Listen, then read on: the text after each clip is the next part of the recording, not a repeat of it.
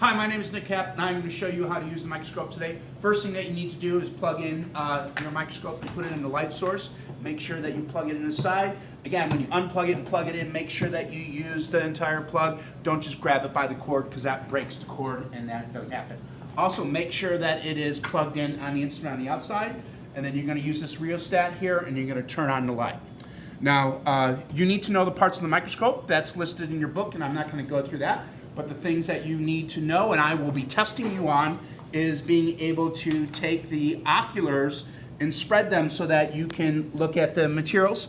Again, if I look through this, and I don't know if the camera could go on here, you can see that I'm looking through and the light is shining right into my pupils.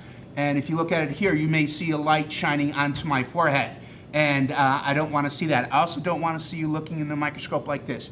You got to use the binocular microscopes. And so my intraocular distance is about 65, so I can set it up to 65 here that I do. I would use the neural diopter. I have an astigmatism of roughly about -1. That means one of my eye has a different focus than the other eye does. That's why I have my glasses, but I can fix that on my microscope. And now when I look at it, it should be okay. When using the microscope, you're going to make sure that the microscope is clean. You're going to leave the microscope clean. You are going to move the stage. You're going to take your slide from on the top. This first day, we're not going to use oil, but what you want to do is move your slide in and move it over the light source. You're going to use the lowest objective lens, which is the 4x objective. So 4x times 10x is a 40x total magnification. So it makes things either look 40 times larger or you're 40 times closer to it. Again, you will look through the microscope and you need to move your stage all the way up. You will look through the microscope. You can kind of move it back and forth so that you can see pretty much your item. And then what you're going to do is get it into focus. Once you get it into focus, these microscopes are expensive. They are paracentric and parafocal. And so what you just need to do is, you don't need to move your slide at all, just go up to the next higher power, and it will basically be in magnification. Here, if you could bring it over here, and you may just be able to kind of look at it, you could kind of see what I'm looking at through there. Okay. You did. Okay, so you see them. That looks pretty cool. All right, Gary.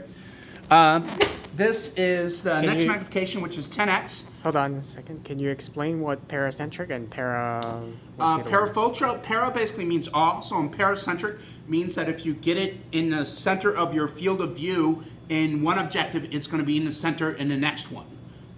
That way, if something's kind of a little off to the side, when you get closer to it, you wouldn't see it. If you put it right in the middle, you're always going to be able to see it. And then parafocal means, and again, it's an approximate. If it's focused in one objective, it's roughly going to be in focus in the other.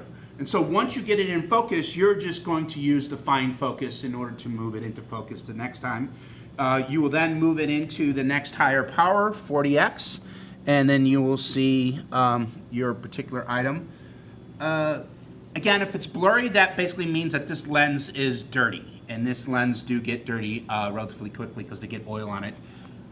That's it for today. Any questions? Gary, anything else that we should tell them? Not that I know of. Not that he knows of. Okay, congratulations, and I will see you tomorrow, and I will test and see that each and every one of you can use the microscope correctly.